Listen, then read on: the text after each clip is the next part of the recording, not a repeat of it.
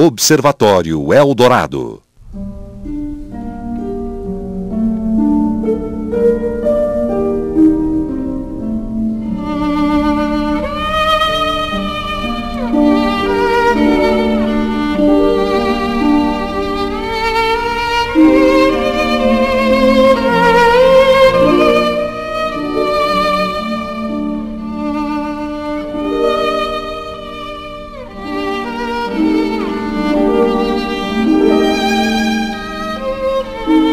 Volta com o Observatório Eldorado, marcando agora 4h06, e vem juntar-se a nós o Sr. Ben Abraham, que é um polonês da cidade de Lodz, naturalizado brasileiro, e que vai contar para a gente aqui a sua experiência também no papel de hoje do Observatório Eldorado, também da Anitta, da professora Maria Lúcia, para que a gente perpetue essa ideia para que nada parecido volte a acontecer na história de todo o planeta. Seu Ben, é um prazer recebê-lo aqui nos estúdios da Rádio Eldorado.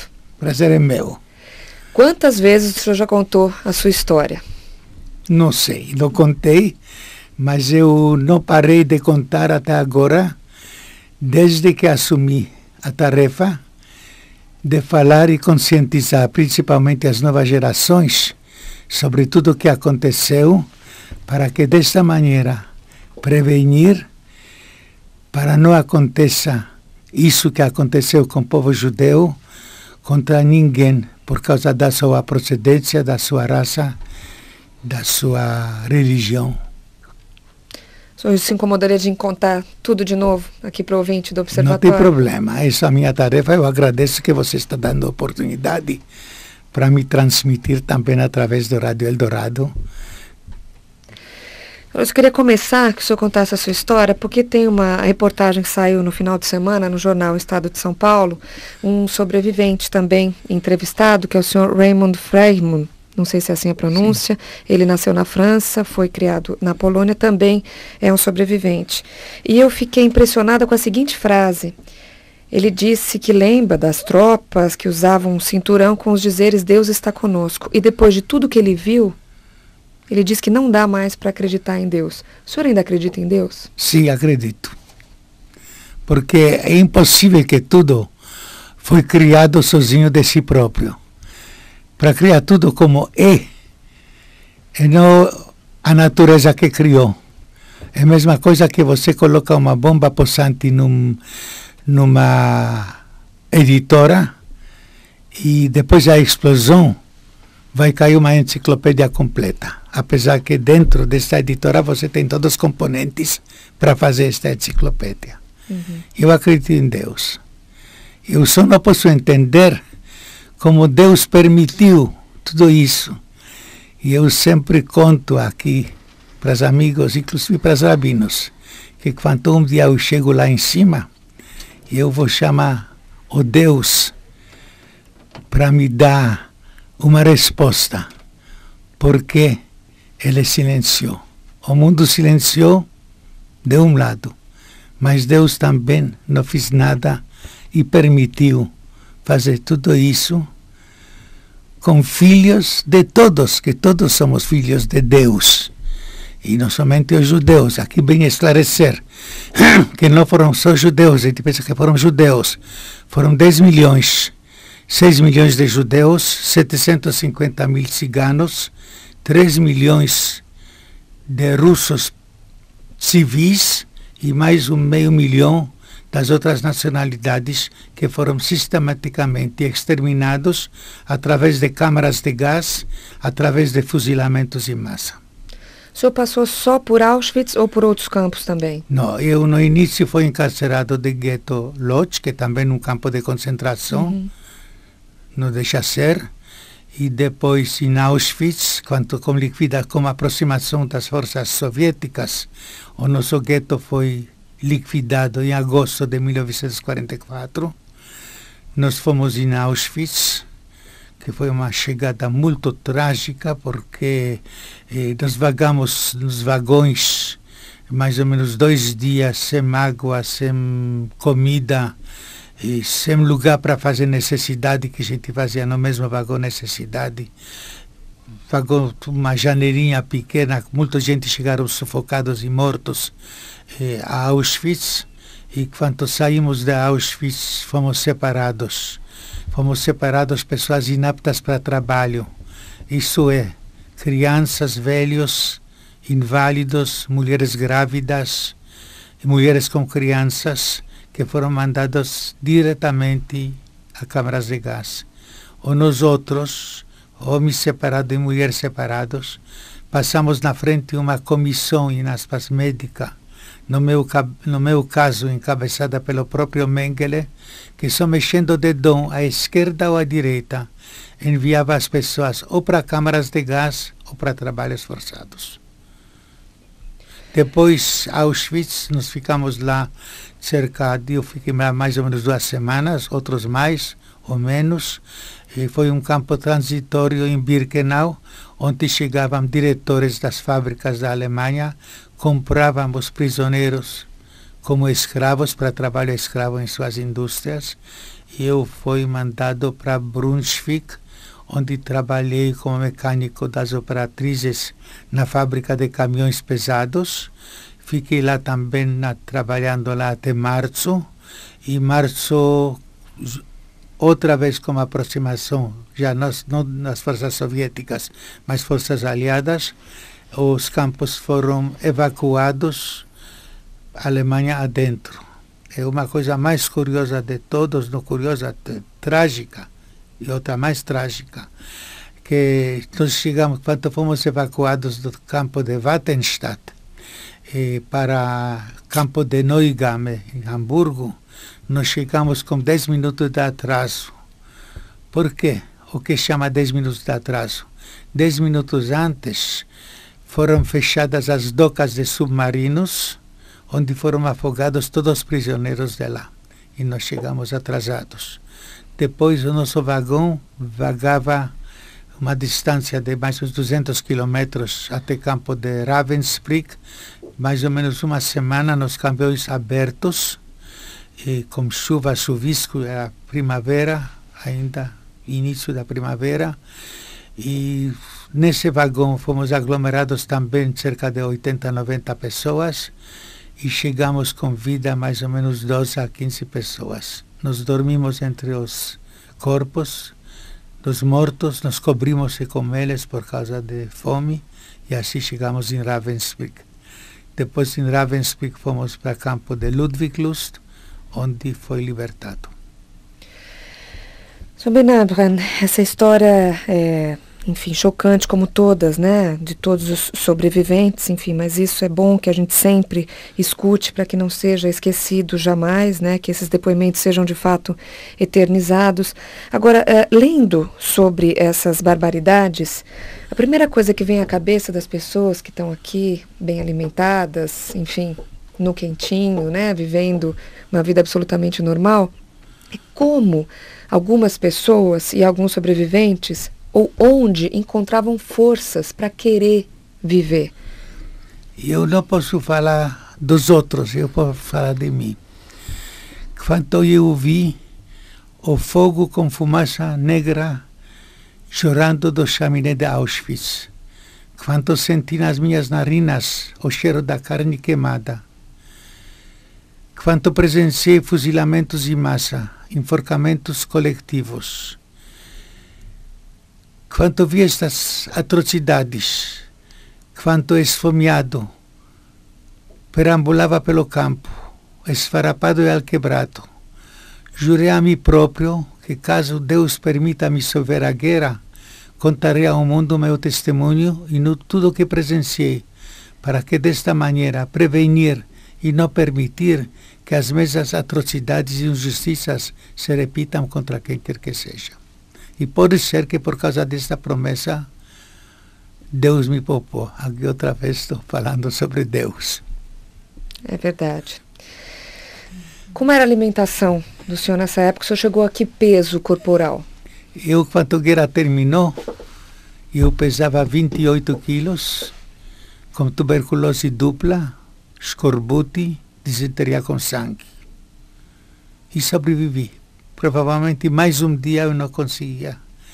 Eu só levava as forças para sobreviver, porque eu imaginava datas imaginárias. Eu, por exemplo, colocava 31 de dezembro de 1944, vou ser libertado.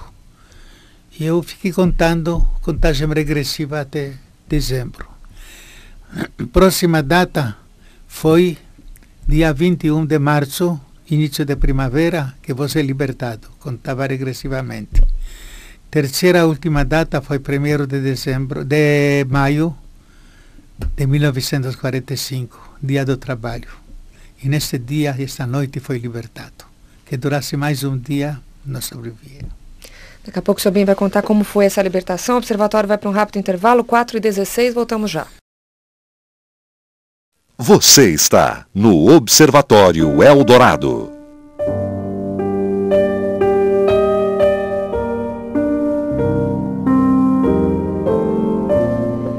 4h20 aqui no Observatório Eldorado. Agradeço demais aos ouvintes, o Jefferson Lima, de Cidades Tiradentes, Ivone Souza, do Cambuci, Etevaldo Dias de Carvalho, do Ipiranga, Regina Célia Ribeiro da Silva, de Vila Gustavo, Ana Maria, de Santo André, Francisco Carlos, de Santana, Regina Cipolato, lá de Jundiaí, Daniela Levinsky, da Vila Nova Conceição, que fazem perguntas. E que... Qual que é a neta da Anitta? Daniela. A Daniela? Daniela Levinsky, fazendo pergunta aqui para o Observatório Eldorado. A gente agradece demais. Infelizmente, são muitas perguntas que chegam. A gente quer aproveitar ao máximo a presença do seu Ben Abraham, que, repito, é um sobrevivente do Holocausto.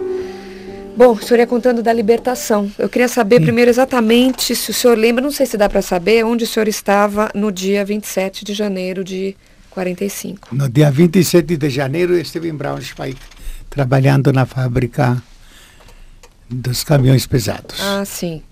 E a sua libertação? Minha libertação foi na noite de 1º a 2 de maio de 1945. E como foi, seu Ben? Nós fomos aglomerados nos vagões de carga abertos, mais ou menos 130 pessoas em cada vagão, a gente não podia nem se mexer. E, de repente, apareceram aviões aliados, americanos ou ingleses, metralharam a locomotiva, metralharam os primeiros vagões dos prisioneiros, pensavam que trata-se dos soldados alemães, e foram embora. Depois da guerra, quando foi preso o comandante do último campo, ele disse que o trem deveria parar em cima de uma ponte, e ponte seria dinamitada junto com o trem para não deixar testemunhas. Mas nós fomos lá e adormecemos. Eu tinha sorte que eu não tinha força para ir, portanto foi último que me empurraram dentro do vagão, ao lado do alemão, de um guarda alemão, e a gente adormeceu. Os mais fortes ficaram em cima, mais fracos embaixo, sufocados. Muitos e muitos morreram sufocados.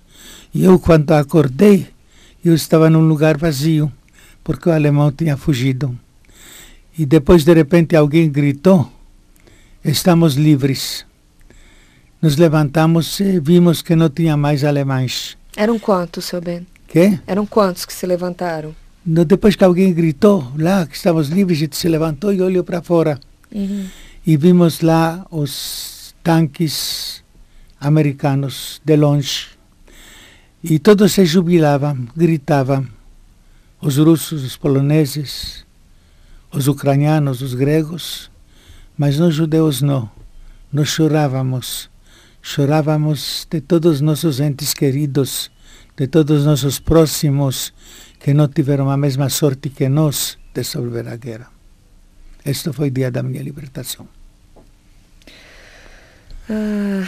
Uma vez, visitando a exposição de Anne Frank, que aconteceu lá no Centro de Cultura Judaica. Aliás, as entrevistadas, a professora Maria Luísa e a Anitta, continuam por aqui, mas é que o silêncio está total para a gente ouvir o depoimento do Ben.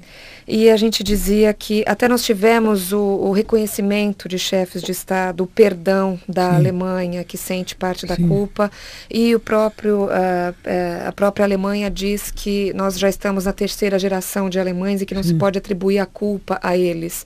Agora, por tudo que o senhor passou, é inevitável sentir um ódio?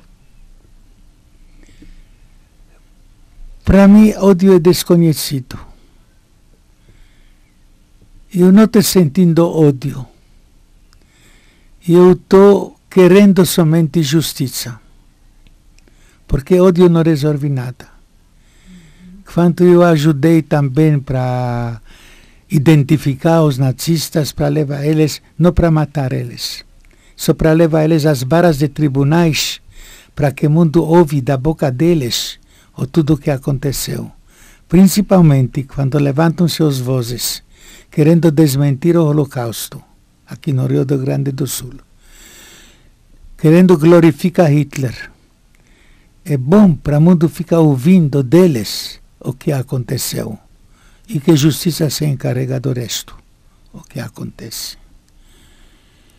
Também muitas vezes nas minhas palestras ou conferências pelos jovens, me pergunto, ou eu perdoaria?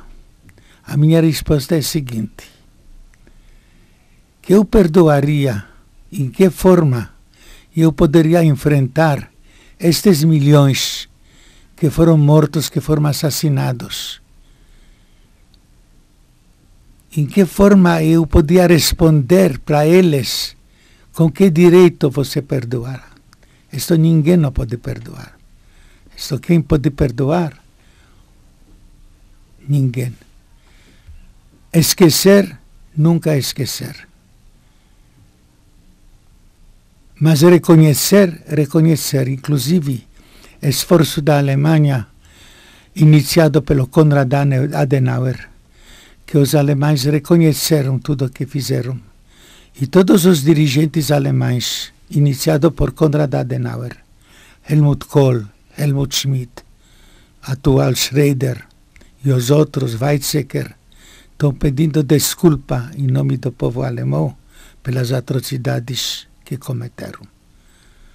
Senhor Ben, agora no seu livro, enfim, que já está na 30ª edição, que é o Holocausto, o Massacre de 6 milhões, o senhor até diz que não foram só os alemães, que teve colaboração de vários. Também não se pode atribuir a culpa somente aos alemães, né? Inclusive a professora Maria Luísa está aqui para não nos deixar falar besteira, né? Como historiadora. A culpa não foram só os alemães. A culpa de tudo, não podemos ir tão longe, dizer que foram romanos que expulsaram os judeus e se iniciou a diáspora. A culpa foi do mundo, a culpa do mundo inteiro, principalmente indo mais longe, quando os crematórios ardiam dia e noite, quando câmaras de gás funcionavam a todo vapor, quando os trens levavam os judeus aos campos de extermínio de Maidan e Treblinka e Auschwitz. Nem tronco ferroviário foi bombardeado, nem crematório, nem crematório não caiu uma bomba, as bombas aliadas, permitindo ao Hitler fazer a sua macabra tarefa. Me perguntam por quê e para quê. Para mim a resposta é única. Que Hitler estava fazendo trabalho sujo que outros desejavam, mas não tiveram coragem de executar. Mas isto só foi possível antes da existência do Estado de Israel. Naquela época os judeus não tiveram sua pátria. Eram só vivendo à mercê dos dirigentes dos países onde foram usados como bode expiatório para todas as suas frustrações, colocando sempre a culpa nos judeus. A culpa foi da Igreja Católica Romana, que era a maior latifundária, que ficava explorando os camponeses que trabalhavam para ele o trabalho escravo durante 6 dias por semana e um dia só para eles. para desviar a atenção deles, procuravam colocar culpa para alguém, para judeus que crucificaram Hitler, crucificaram Cristo, que isso não aconteceu porque quem crucificou foram os romanos, mas não interessa. Mas se o Estado de Israel existisse naquela época, não aconteceria o Holocausto. Hitler no início não visava o extermínio dos judeus. Ele visava ser livre dos judeus. Mas portas do mundo inteiro, inclusive do Brasil, estavam fechadas para os judeus. Judeus não tiveram aonde ir, não tiveram aonde fugir. O balão de ensaio de Hitler foi a Noite de Kristallnacht. Ele quis ver a ação do mundo. E o mundo não reagiu, dando para ele sinal verde para cometer todas as atrocidades que foram cometidas contra os judeus. Professora. Não, só queria lembrar a postura de vários países, que nós dizemos, os países satélites, né? E que foram realmente parte da população, colaborou com a perseguição aos judeus. Queria lembrar aqui o papel da Áustria, da Hungria, da Romênia, quer dizer, e outros tantos, né, da própria França, né? E também de países latino-americanos, como o Benabran está falando, que fecharam suas portas, né? O próprio Brasil tem aqui uma dívida, vamos dizer, com relação às vítimas do Holocausto, quando, a partir de 1937, durante o governo Vargas, foram aprovadas circulares secretas que persistiram até 1947. Em pleno governo Dutra, nós ainda tínhamos circulares proibindo a concessão de vistos àqueles que eram sobreviventes do Holocausto, né? Foi o caso do pai da Anitta. Exatamente. Que era judeu-alemão, né? E foi impedido de vir para o Brasil, acabou indo para outro país da América Latina. Sim. Então eu acho que essa questão do colaboracionismo e ao mesmo tempo também dos grupos de resistência é uma história ainda para ser revista, para ser pesquisada, investigada, né? Eu acho que os historiadores aqui têm um papel muito importante, assim como os sobreviventes, para nos darem dicas e, né, indicações, por exemplo, de certas questões que poderiam aqui ser revistas, né? Eu acho que há muito ainda, apesar de tudo que já se escreveu sobre o Holocausto, acho que há muita coisa ainda, principalmente nessa questão do colaboracionismo, né? E ainda mais uma coisa. Os alemães executaram tarefa porque recebiam ordens.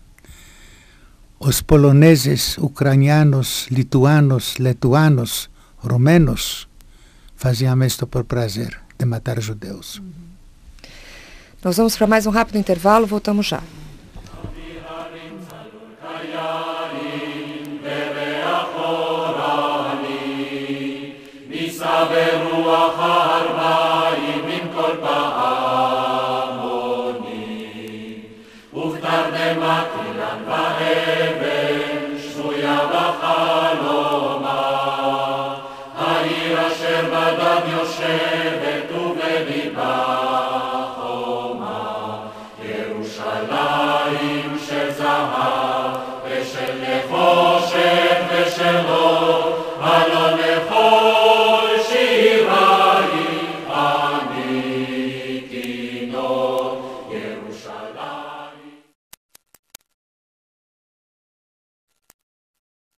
No Observatório Eldorado.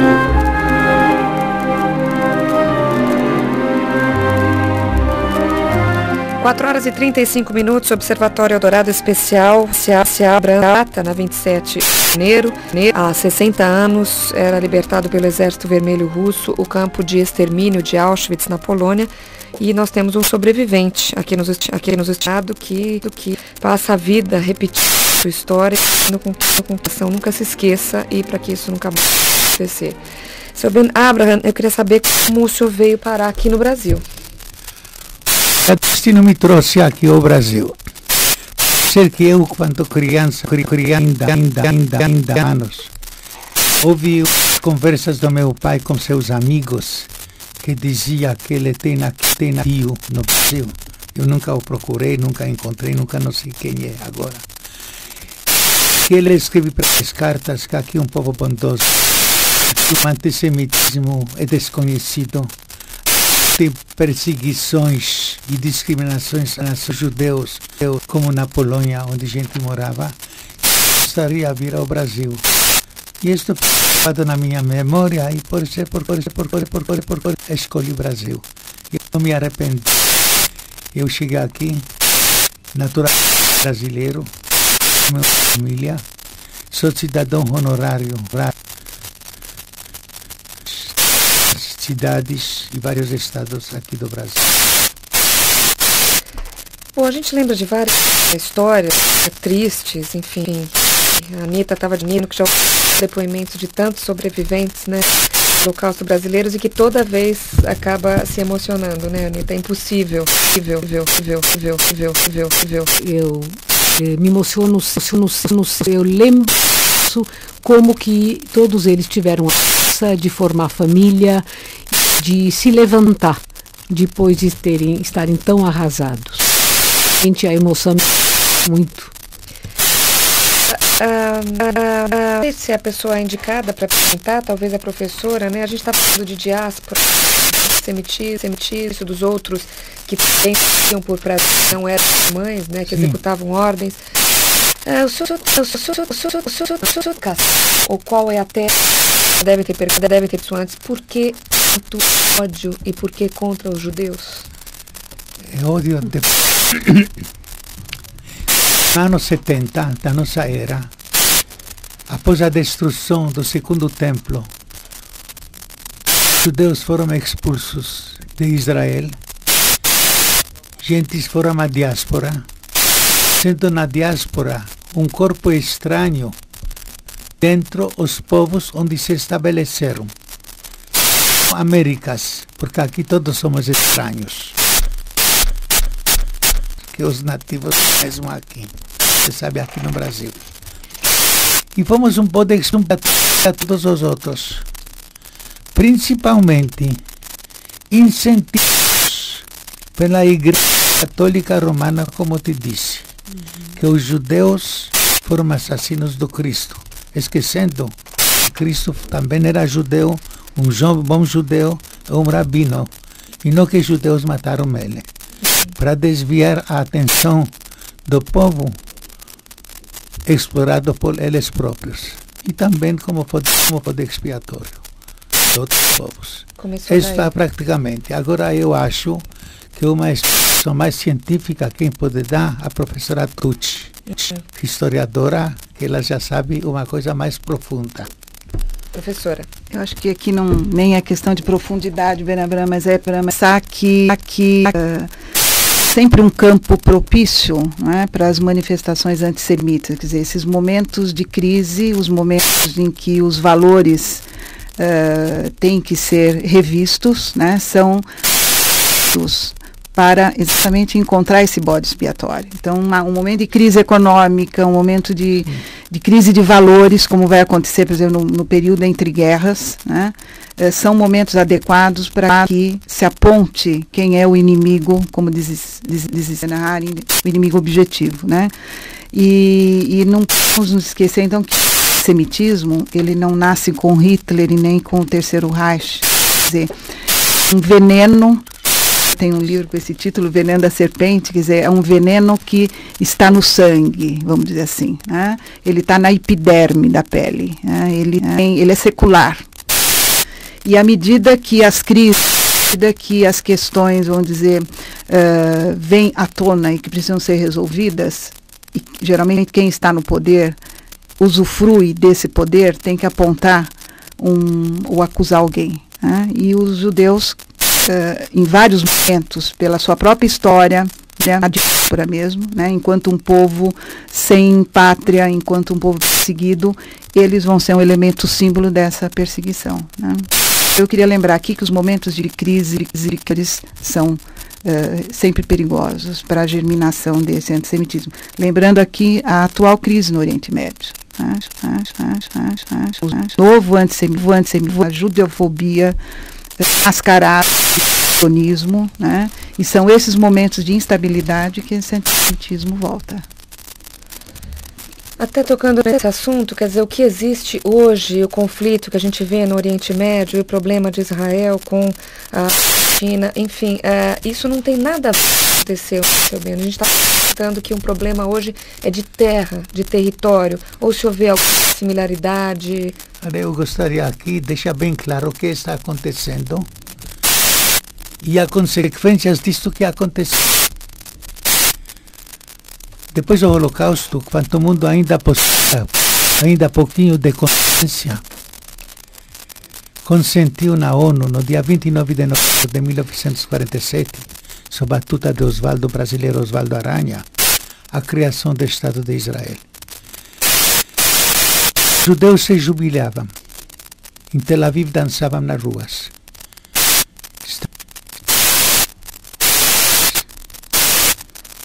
Os árabes, não.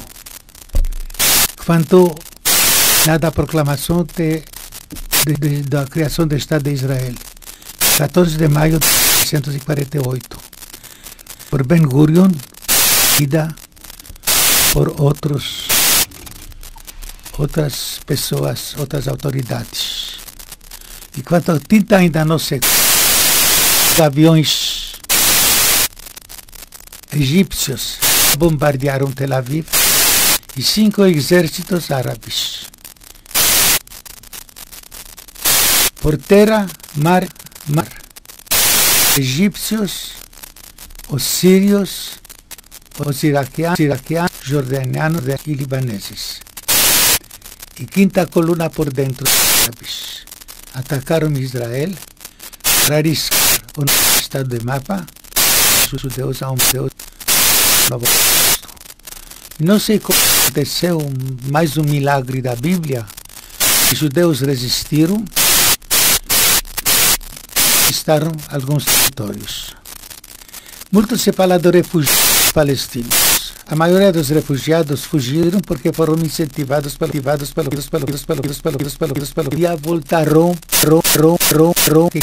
que tivesse um motivo para fazer novas guerras. Havia tantos refugiados palestinos como países árabes. 650 mil contra 700 mil. Deus também deram tudo. Os israelenses instalaram todos os refugiados como cidadãos aos outros. E os árabes pararam eles nos campos de refugiados. Até hoje, vendo lá na Misolânia, vendo incentivados. Depois da guerra que foi 1978, seguiram outras guerras, 56, 76, 77, 73. Todas as guerras com a intenção de riscar o judeu do mapa. Resistiram. Era guerra, ganharam, estaram. Todas as guerras existiam refugiados. Na Segunda Guerra Mundial havia 20 milhões de refugiados alemães. Foram acolhidos pelos como cidadãos. Fala mais do refugiado. Segurar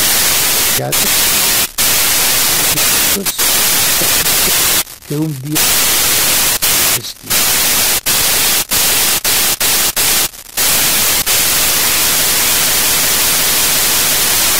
Israel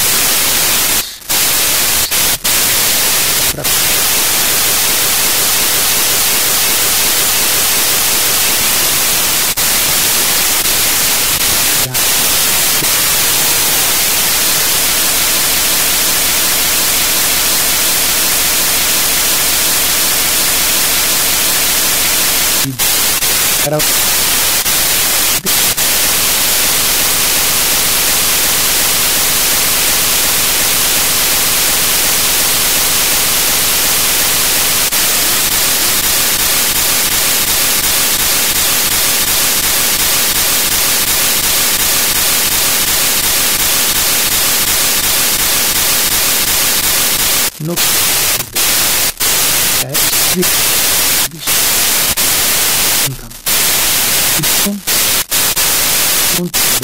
sentir possíveis todas aqui é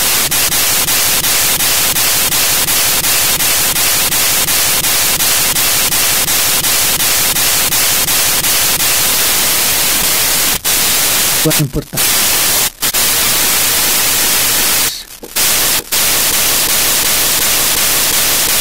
Tudo.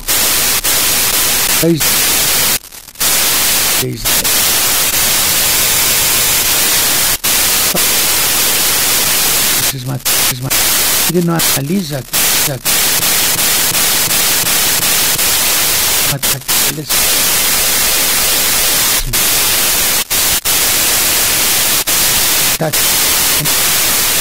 foi já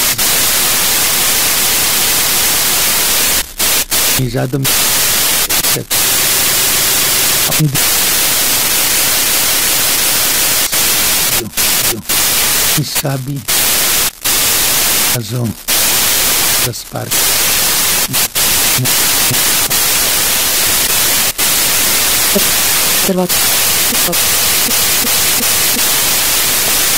Estamos é o dó.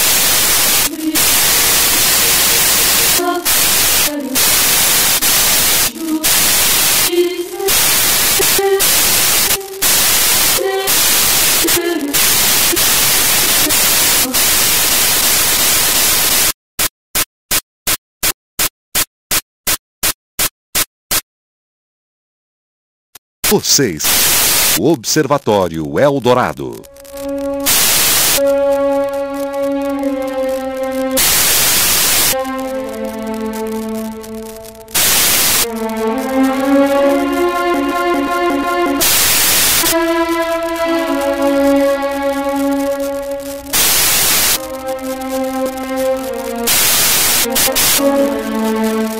Quatro horas.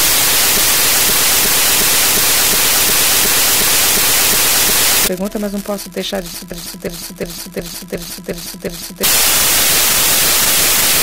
no campo de parece um sapo, peço as pessoas pensassem portanto não na verdade era virar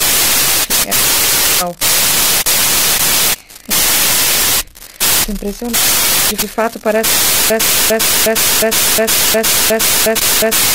e na fila as pessoas recebiam isso e uma toalha. Na frente das câmaras de gás, para eles toalha dizendo eu recebi isso do ministro do polonês como está a Polônia em 1980.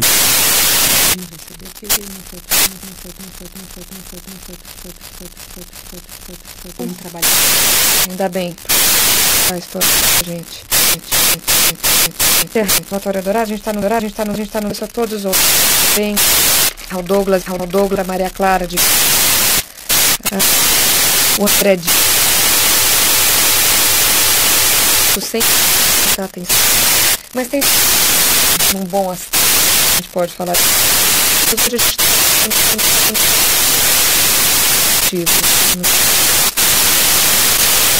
a gente vê que não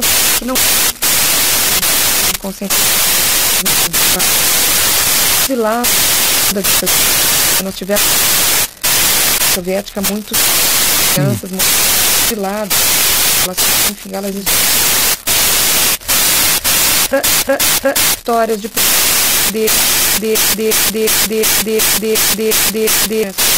inclusive da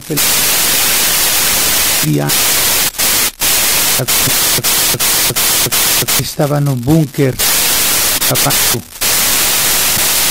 onde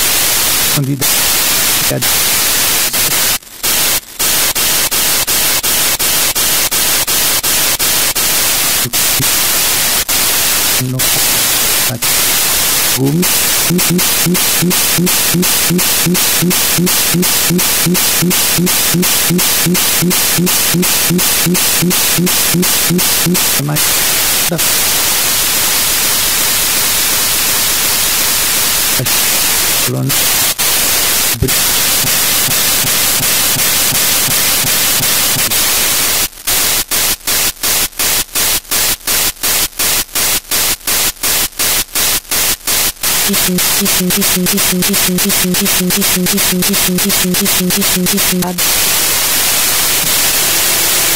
As pessoas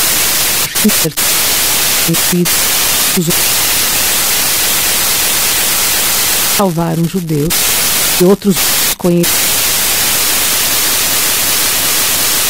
nos conventos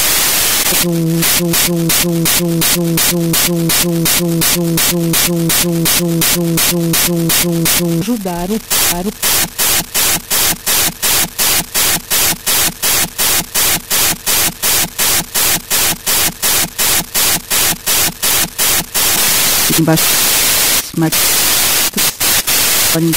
dois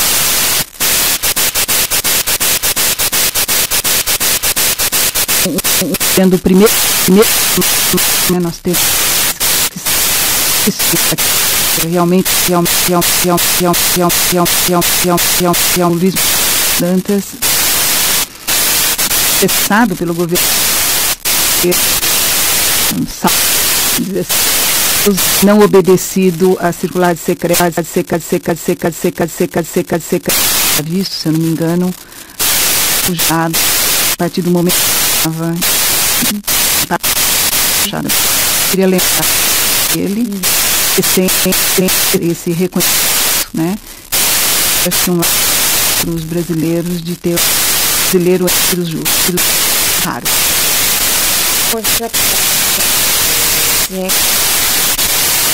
Agora mas eu sempre muitos filmes a isso é engraçado a gente sabendo produção Hollywood, a gente tem ali que impressionante como não sabe vendo no filme o cuidado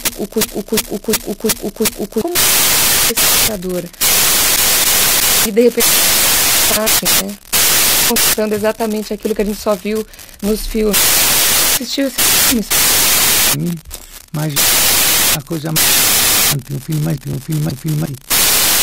sim, eu vi.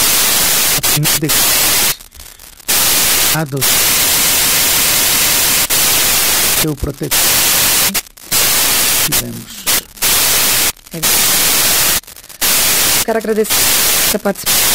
Espero feito a nossa. Sinceramente, tem muitos amigos judeus, pessoas maravilhosas. Eu achei que esse assunto de hoje, a partir de hoje, eu que não, de que é preciso mais porque então vão estar aqui e é descendentes e outras nessa história, educação para que essas crianças saibam. Eu por vez não ao vivo dessa história. Eu gostaria aqui de finalizar. Apelo a todos os ouvintes desse programa que os mensageiros que ouvir para seus filhos, seus familiares, seus netos, para que o mundo cimento aonde um dirigente insano, mas escolhido nas eleições democráticas os destinos do mundo, inclusive do povo. Pois a Alemanha, quando na guerra, as suas cidades destruídas e em ruínas, milhões de mortos e inválidos, milhões de viúvas e órfãos. Preço que pagou. E quero fazer mais um apelo a todos vocês. Adotei Brasil. O Brasil é um país maravilhoso, um povo maravilhoso, um povo com suas dimensões tais, com seu coração. Por isso, celebra uma potência econômica. Vai ser só boa vontade dos nossos políticos. E quem sabe,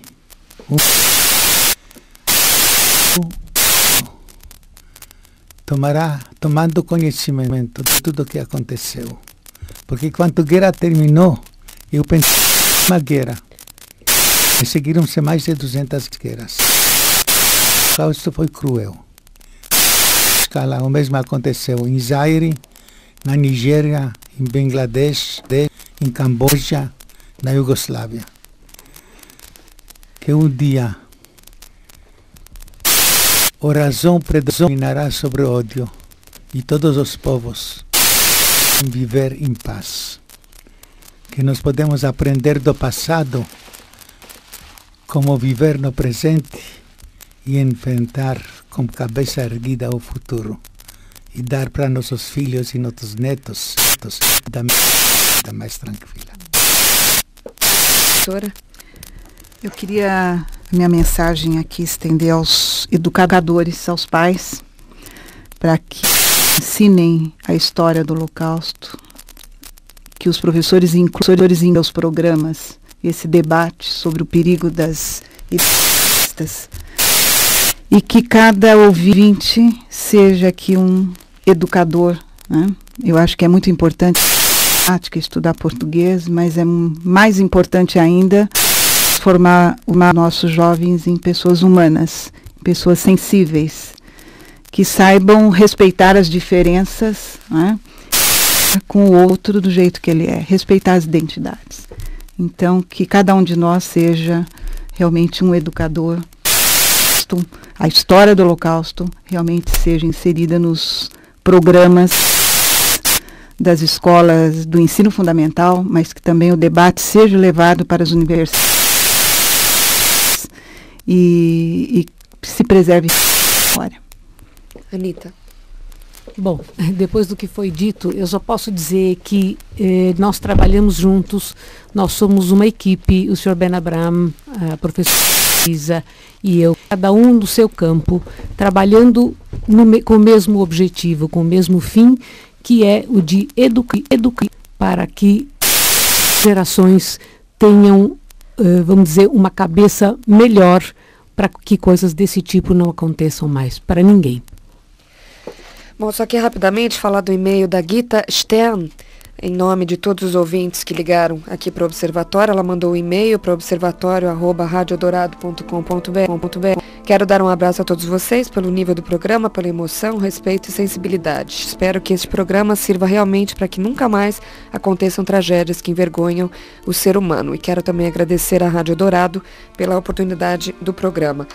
Rapidamente aqui dando contato das nossas entrevistadas, a gente teve muita gente ligando para saber mais informações sobre os judeus, sobre sobreviventes, sobre cultura judaica.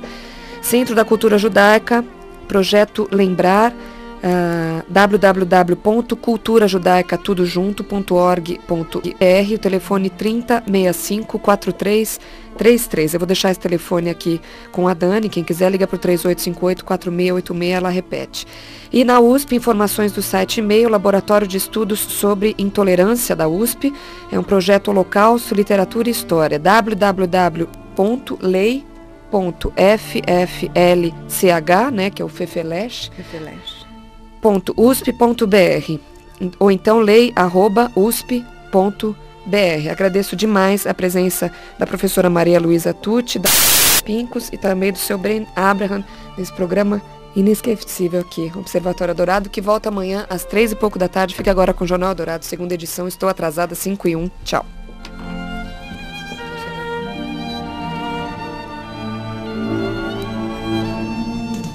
Todos os dias, às 3 da tarde, você tem um encontro marcado com o Observatório Eldorado, produção do Departamento de Jornalismo da Rádio Eldorado AM.